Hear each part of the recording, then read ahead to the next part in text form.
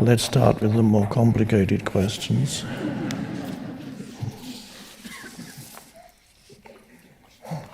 This one is typed, so it must be really complicated.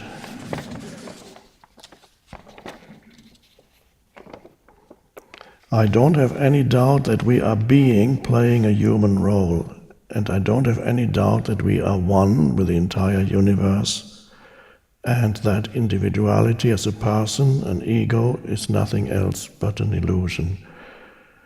So when death occurs, it sounds natural to me that we will come back to the dimension we always have been in, where we belong to the universal unity of the cosmos, home.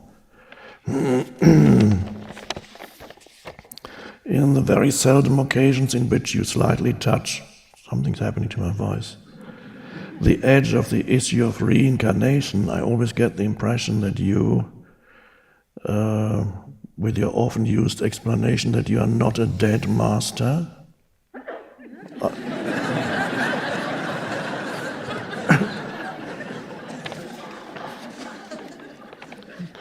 I think that was a Zen master who said that. What happens after death, they asked him, and he said, oh, you ask me, I'm not...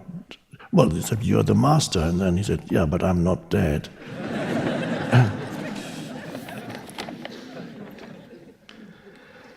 So the obvious question then that keeps floating in the air is being here comes the question. being every one of us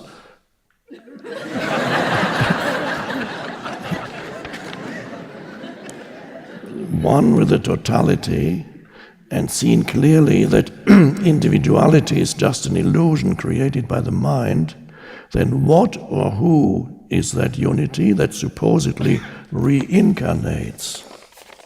Now that's a profound question.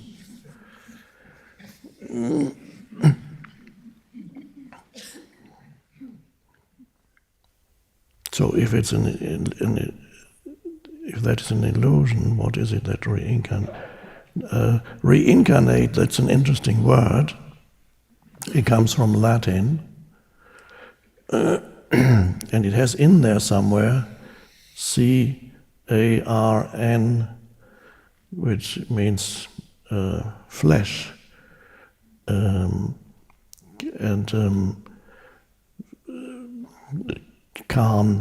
reincarnate. It's the same as chili con carne, which is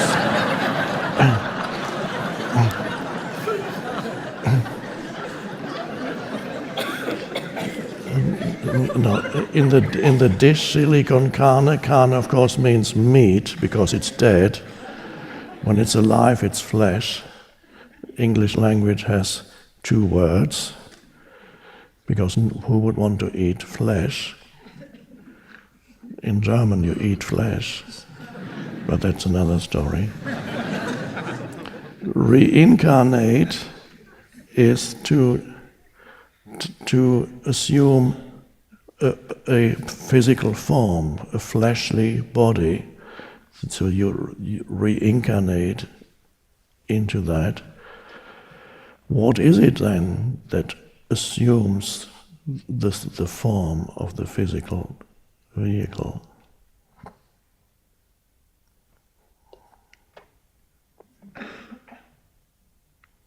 And the answers to a question like that are best found through self-observation. You can observe reincarnation in yourself many times during the day when you identify with a thought. Because the moment you completely identify with the thought, you, as the consciousness, have forgotten your essential nature as consciousness, forgotten who you are, and you have have incarnated into a thought form. You have assumed a thought form. So that incarnation that happens many times during the day, unless you're really present, you may catch yourself completely identifying with the thought, you become it, and it gives, then you think you are it, it gives you your sense of self.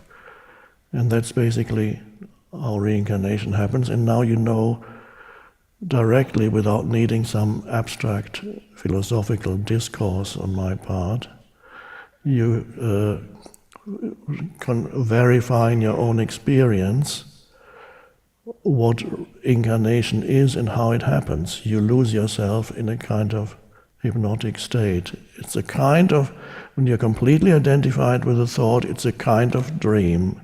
It's a kind of hypnotic state or dream.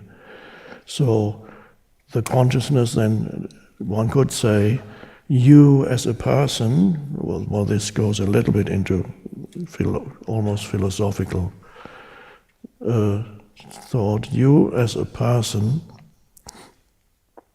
is a dream of the one consciousness. It's an analogy, it is not totally correct. Nobody could give a totally correct statement about something that it transcends language and even analytical thought.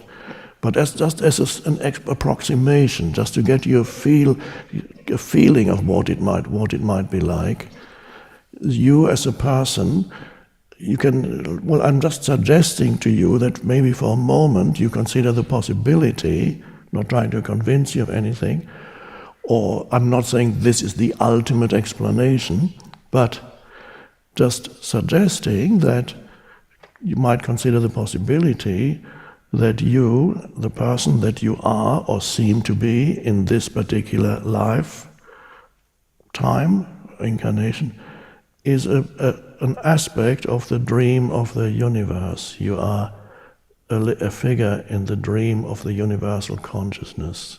You are being dreamt by the universal consciousness.